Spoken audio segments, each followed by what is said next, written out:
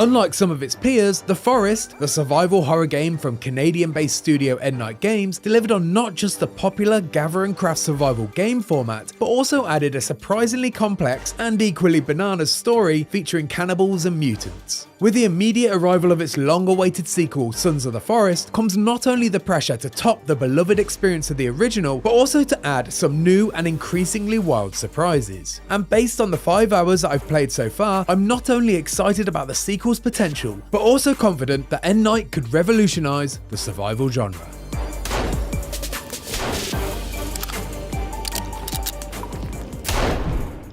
The Forest begins with a simple premise. You've crash-landed on a mysterious peninsula and begin your quest to survive at all costs. There was also the optional objective of finding your kidnapped son, a task that would take you down a wild and disturbing narrative rabbit hole populated by flesh-hungry mutants. Sons of the Forest largely shares the same setup, substituting your son for a missing billionaire. It's a basic idea, but one that allows you to jump straight into the action, allowing players who have no intention of progressing the rescue mission to solely focus on building their very own lakeside resort with some friends right away. Just like its predecessor, you can play, build, and cause chaos with 7 of your friends in co-op, but you can still see everything Sons of the Forest has to offer in single player. The big difference this time though, is that even when you play solo, you're not alone. Enter Calvin. At the very start of Sons of the Forest, you're introduced to Calvin, an elite soldier who not only survived the helicopter crash that stranded you on the island, but is also very much along for the survival ride as an AI companion. While Calvin has suffered some major head trauma that's left him unable to speak, his injuries have not, perhaps surprisingly, prevented him from being extremely helpful. In an apparent effort to replicate the multiplayer experience for solo players, Calvin will follow you around and respond to commands issued via a bunch of handy quick select options on a notepad. He'll take orders to see out your less than desirable busy work, such as chopping down trees and gathering logs.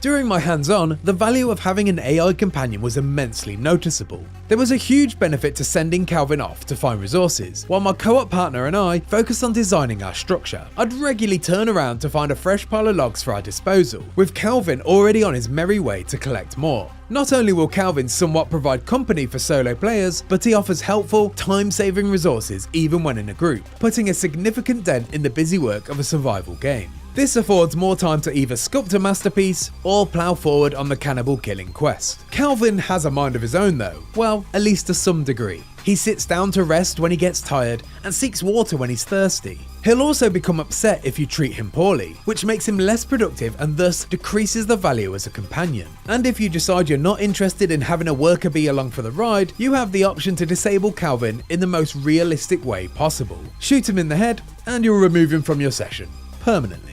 You're limited to 1 Calvin per multiplayer session, so the dream of a legion of Calvins can't be fulfilled. But the developers assured me that there are other companions you can find as you progress, each with their own unique AI. During my playtime, I caught a glimpse of Virginia, a mutant with 3 arms and 3 legs. She quickly scarpered once I approached her, and definitely had more of a skittish sensibility than Calvin. But the developers told me that she can eventually be recruited, and will become attached to you over time should you be kind to her. They compared her instincts to that of an elusive and independent cat, which stands in opposition to Calvin's lovable and obedient dog.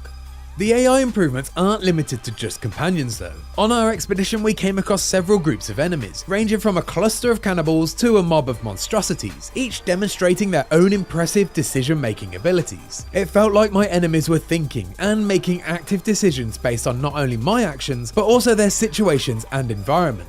Particularly in first-person horror games, enemies generally have 2 modes of behaviour, patrol and attack. But in Sons of the Forest, some foes would just be extremely wary and just interested in watching what I do, while others would charge in aggressively, only to back down when things didn't go their way. I saw enemies consoling their fallen friends, changing their clothes depending on the weather conditions, and even trying to destroy my newly erected home when my back was turned. It was clear to see that the enemy's brains were not only following coded rules, but also adapting their thoughts based on the external influences. The developers explained to me that certain enemies with leadership qualities can influence the decisions of others, and even promote ideas in their ranks such as religion, and that each individual has their own tastes, desires, and proclivities.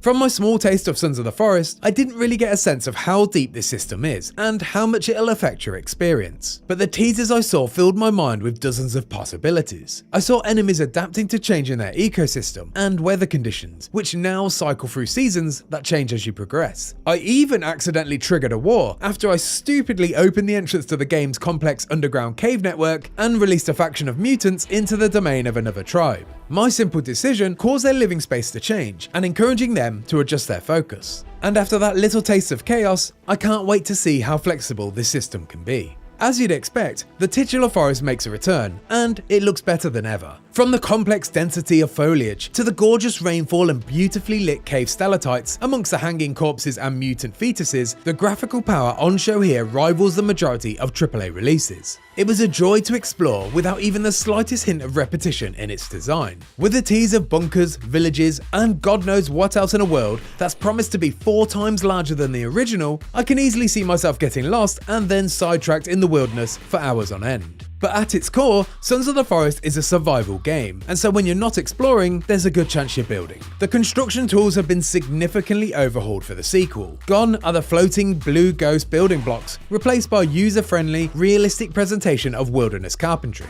Instructions are more literal, and actions are contextual. Instead of just loading resources into a ghost version of the final product, you're now free to, with magnetic and snapping assistance, manually place logs and sticks in the direction that you'd like, allowing for a complete customization of your structure instead of following a predetermined design. My partner, Calvin, and I immediately set to work on building a lakeside domicile of our own, and what began as a traditional design immediately blossomed when we realized the only limitation was our imagination. You're working on every placement by hand, and thus the structural points present not only a decision, but an opportunity for expression.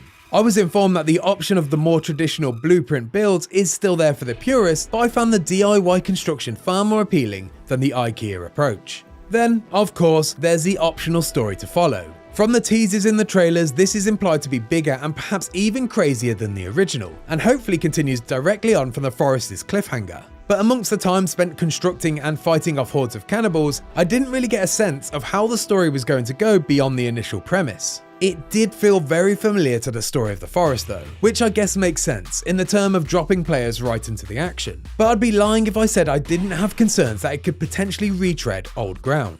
My hope is this simply serves as a jumping off point to go in some truly crazy directions, and it develops a narrative through line from the first game that still feels cohesive. But time will tell once I get my hands on the full game and manage to pull myself away from building a replica of the Ewok village and destroying the lives of the unsuspecting locals. Sons of the Forest appears to evolve and build on every aspect of its predecessor, with a focused goal of realism and developing a flexible ecosystem. And it feels like the building blocks are there to create something truly special. But its killer feature is the addition of impressively sophisticated and smarter AI enemies and companions that could not only provide a huge leap forward for the series, but the survival game genre as a whole.